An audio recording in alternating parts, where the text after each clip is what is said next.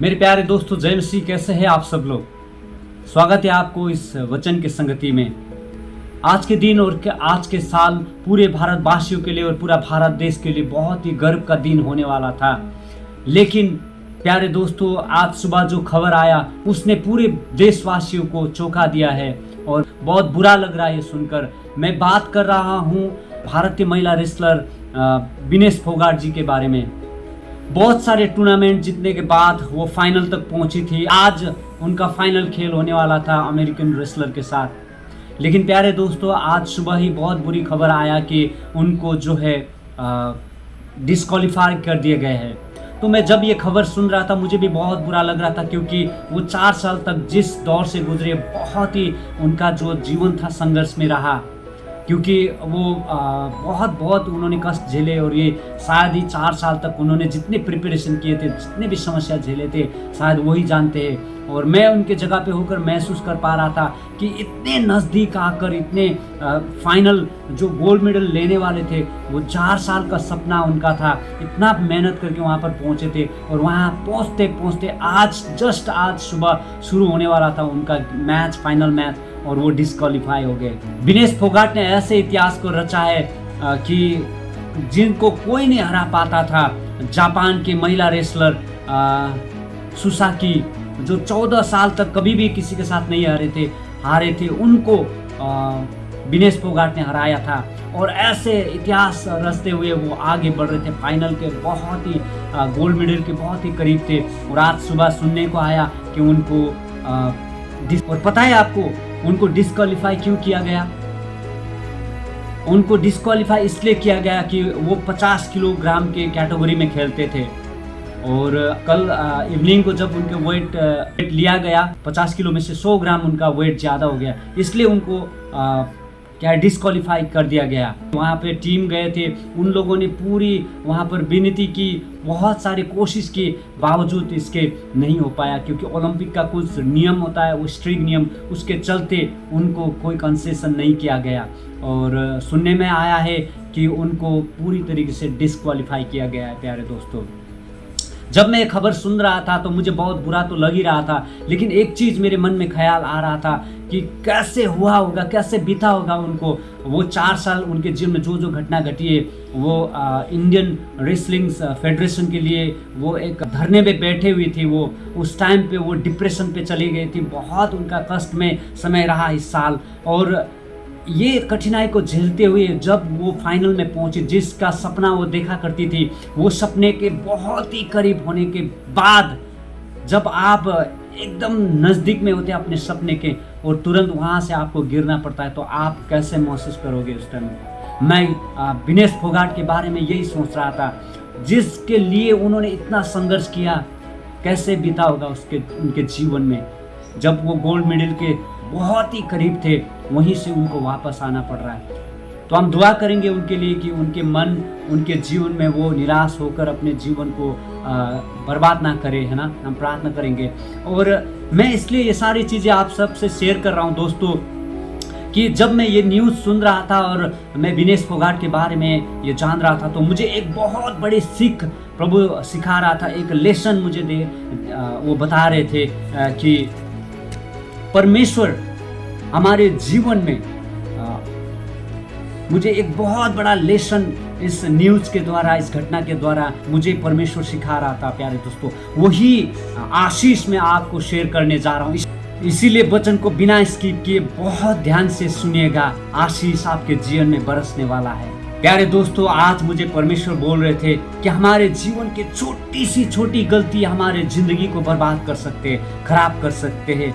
प्यारे दोस्तों, आज परमेश्वर ये कहता है, आज मैं तुम्हारे आगे 2 चीजों को रखने जा रहा हूं, जीवन और मृत्यु, आशीष और श्राप, नरक और स्वर्ग। मैं चाहता हूं कि तुम आशीष को चुनो, मैं चाहता हूं तुम स्वर्ग को चुनो, मैं चाहता हूं तुम जीवन को चुनो। मेरे प्यारे दोस्तों, जिंदगी की इस भागदौड़ में बहुत बार हम ऐसे दौर पे पहुंच जाते हैं कि हम छोटी सी गलती को नज़रअंदाज कर बैठते हैं, और वही गलती हमारे जीवन में बहुत बड़ी समस्या को लेकर आते हैं। मेरे प्यारे दोस्तों, आज से 2000 साल पहले इस धरती पे एक मुक्तिदाता का जन्म हुआ था मेरे प्यारे भाई और बहनों। उनका नाम यीशु मसीह था। उन्होंने कलवरी क्रूस पे आपके लिए क्रूस पे लहू बहाया। इसलिए लहू बहाया ताकि आपके सारे रोग, सारे बीमारियां, सारे पाप धुल जाए। प्यारे भाइयों, प्यारे बहनों, वो कलवरी क्रूस में मरे थे ताकि हमें जीवन मिले, इसीलिए वो मरे थे। हम बहुत बार सोचते हैं कि मुक्ति जो है, मोक्ष जो है, हम धर्म कर्म करने से, दान पुण्य करने से हमें मोक्ष मिलते हैं। इस धरती पे, इस संसार में जन्म लेने से पहले माँ के गर्भ से ही हम पापी होकर जन्म लेते हैं मेरे प्यारे भाई और बहनों। और जब हम मरते हैं तब भी हम पापी ही रहते हैं। इसीलिए ये पाप ही हमें स्वर्ग से, जीवन से अलग करता है। यहोवा कहता है, आओ हम आपस में विवाद करें। तुम्हारे पाप चाहे लाल रंग के हो तो भी वे हिम के समान उजाले हो जाएंगे, और चाहे अर्गवानी रंग के हो तो भी वे उनके समान श्वेत हो जाएंगे। हालेलुया। प्यारे भाई और बहनों, प्रभु कहता है यही उचित समय है। परमेश्वर कहता है अपने मन को फिराओ। प्यारे भाई और बहनों, हमारे क्षमता से, हमारी योग्यता से हम मुक्ति में नहीं प्रवेश कर सकते, हम स्वर्ग नहीं जा सकते। बाइबल कहता है कि मनुष्य जो है पापी है, और पाप का जो मजदूरी है वो मृत्यु है। प्यारे भाई और बहनों, आज अगर ये बातें आप सुन रहे, आप ये संदेश सुन रहे, तो ये संदेश आपके लिए है। परमेश्वर कह रहे, आपको मौका दे रहे इस समय, आप सही समय पे हो। परमेश्वर आपको बुला रहा है। आप समय, उचित समय यही है। आज अगर आप निर्णय नहीं करते तो कल आपको पछताना पड़ेगा। मैं इसलिए विनेश फोगाट का कहानी बता रहा था कि उनके जो छोटी सी मिस्टेक, 100 ग्राम उनका वेट होने का वजह बना कि वो डिस्क्वालीफाई हो गए। मेरे प्यारे भाई और बहनों, आज आपकी छोटी सी मूर्खता आपको स्वर्ग से जाने से रोक सकता है। आपकी छोटी सी लापरवाही आपको स्वर्ग से वंचित कर सकता है। मेरे प्यारे भाई और बहनों, मैं जब ये न्यूज़ सुन रहा था मुझे बहुत बुरा लगा। एक छोटी सी चीज आज विनेश फोगाट को फाइनल खेल में उनको डिस्क्वालीफाई होना पड़ा। ज्यादा 2-3 किलो की बात भी नहीं थी, सिर्फ 100 ग्राम की ही बात थी। उन्होंने कोशिश भी किया, वो अपने वेट लूज करने के लिए पूरी मेहनत किया, लेकिन समय देर हो चुका था, समय बीत चुका था मेरे प्यारे भाई और बहनों। और वहाँ मैं सुन रहा था न्यूज़ पे कि उनको डिस्क्वालीफाई कर दिया गया है। बहुत सारे रिक्वेस्ट करने के बाद, वहाँ पर धरने देने के बावजूद भी वो लोग नहीं मान पा रहे थे, फेडरेशन नहीं दे रहे थे, ओलंपिक उनको फिर से दोबारा मौका नहीं दे रहा है। प्यारे भाई और बहनों, मैं इस घटना के द्वारा आपको ये बताने जा रहा हूँ, आज आप नेग्लिजेंसी करोगे, ये वचन को सुनने के बावजूद भी आज अगर नेग्लिजेंसी करोगे तो कल के दिनों में आपके हाथों से ये सारी चीजें निकल चुका होगा, और उस समय पछताने से कोई फायदा नहीं होगा, क्योंकि समय बीत चुका होगा। मेरे प्यारे भाई और बहनों, मैं बाइबल की एक आयत को पढ़ना चाहूंगा आपके लिए। सबोपदेशक 11 अध्याय का 9 पद। यहाँ पर लिखा है, हे जवान, अपने जवानी में आनंद कर और अपनी जवानी के दिनों में मग्न रह, अपनी मनमानी कर और अपनी आंखों की दृष्टि के अनुसार चल, परंतु ये जान रख कि इन सब बातों के विषय परमेश्वर तेरा न्याय करेगा।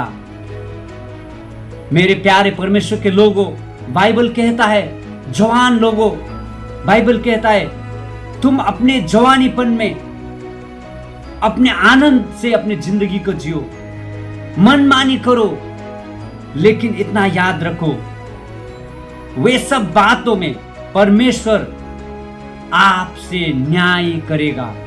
वो सारी बातों का आपको हिसाब किताब देना पड़ेगा मेरे प्यारे भाई और बहनों, मेरे परमेश्वर के लोगों।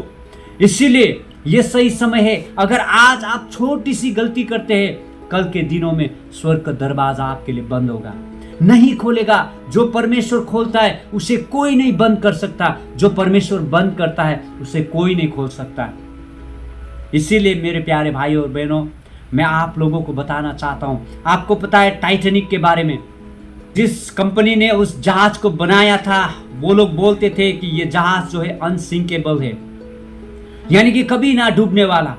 लेकिन आपको पता है, जब वो अटलांटिक महासागर के उधर होकर जा रहे थे, छोटी सी आइसबर्ग, कप्तान को लगा कि ये तो बहुत ही छोटी सी आइसबर्ग है, हमारे जहाज के सामने कुछ भी नहीं। और पता है आपको, वो छोटी सी आइसबर्ग ही वो सारे टाइटैनिक को ले डूबे। प्यारे दोस्तों, हमारे जिंदगी में छोटी सी गलती होती है और वही चीज परमेश्वर के राज्य में, स्वर्ग जाने से रोकता है।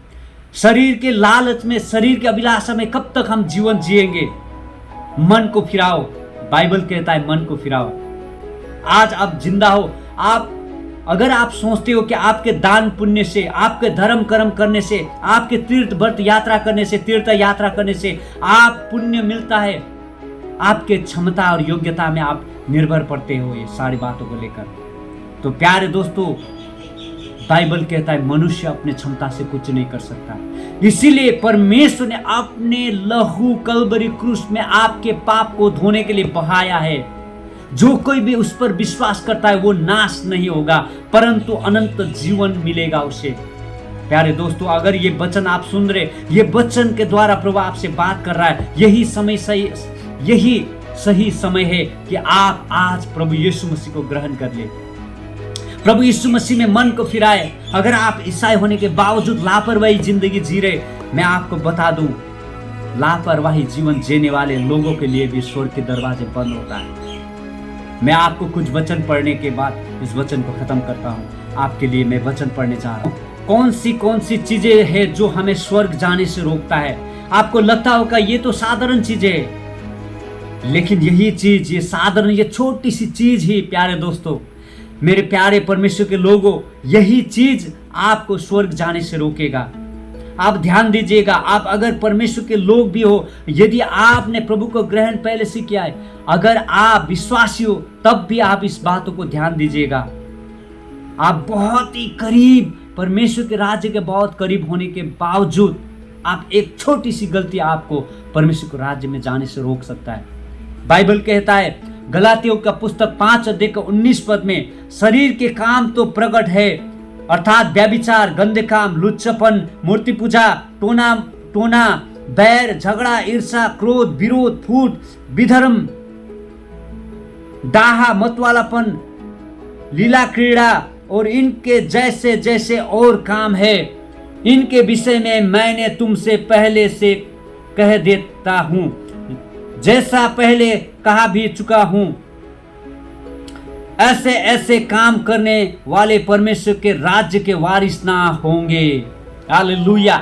मैं फिर से एक बार इस लाइन को पढ़ना चाहूंगा कि ऐसे काम करने वाले परमेश्वर के राज्य के वारिस ना होंगे।